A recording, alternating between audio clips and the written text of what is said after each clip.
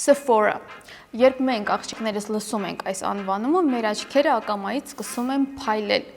Չէ՞ որ սա պարզապես խանութ չէ։ Հանդիսանալով աշխարհի ամենախոշոր կոսմետիկ ցանցերից մեկը, Sephora-ն առաջարկում է հսկայական ընտրանի դիմահարդարման պարագաներից մինչև խնամքի միջոցներ։ Սակայն Sephora-ի իրական ուժը ոչ միայն ընտրության բազմազանության մեջ է, այլ այն փորձառության, որը բրենդը ստեղծում է իր հաճախորդների համար։ Չնայած շատերը ծանոթ եք այդ փորձառությանը, առաջարկում է միասին վերլուծենք բոլոր տեսանելի եւ անտեսանելի հնարքները, որոնք ազդում են հաճախորդների վարքի եւ հոգեբանության վրա։ Նախ նշեմ, որ Sephora բրենդը հիմնադրվել է 1970 թվականին Ֆրանսիայում եւ տարիների ընթացքում ենթարկվել է մի շարք հափշտակումների, որոնցից բեկումնային էին երկուսը։ 1993 թվականին Դոմինիկ Մանդոնատ անունով գործարարը միավորում է Sephora-ի 38 խանութները իր օծանելիքների բիզնեսի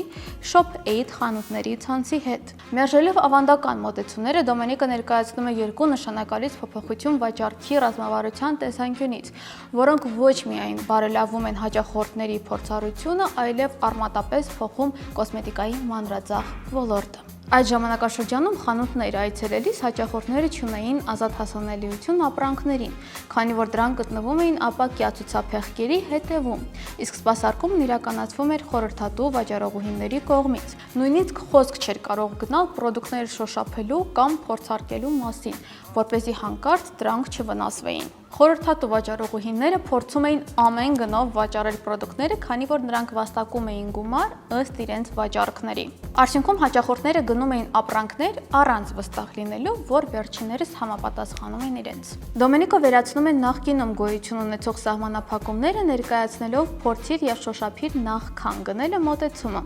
Հանդվում են ապակյա ցուցափեղկերը եւ վերացվում խորհրդատու վաճառողների հիմնական դերակատարությունը։ Հաճախորդներին տրվում է տոտալ ազատություն։ Այնուամենայնիվ նրանք կարող էին ստանալ խորհրդատուի օգնություն ցանկության դեպքում։ Դոմինիկը գիտակցում է մի պարզ ճշմարտություն, որքան շատ ժամանակ են հաճախորդները անցկացնում խանութում, այնքան ավելի շատ գնումներ են նրանք կատարում։ Եվ նրա ներկայացրած մոդելը նպաստում էր այս ամենին։ Երկրորդ կարևոր փոփոխությունը պրոդուկտների դասավորվածությունն էր։ Ըստ բրենդների դասավորվածության փոխարեն պրոդուկտները շարված էին ըստ կատեգորիաների, ինչը հեշտացնում էր նրանց համեմատությունը եւ ճիշտ տարբերակի ընտրությունը։ 1997 թվականին LVMH կոնգլոմերատը ձեռք է բերում Sephora-ն, շարունակելով բրենդի ընդլայնումը։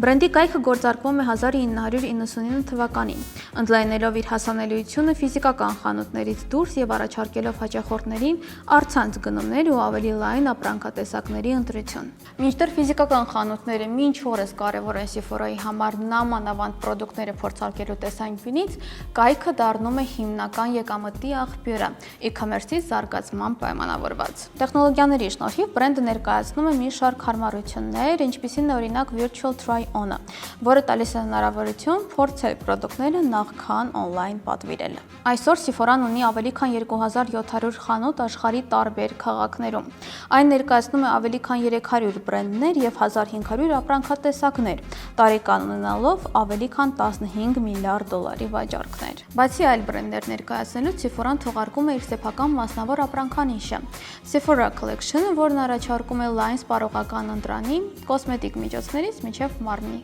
խնամք։ Հաճախորդների փորձառությունը բարելավելու համար Sephora-ն առաջարկում է հետևյալ առավելությունները՝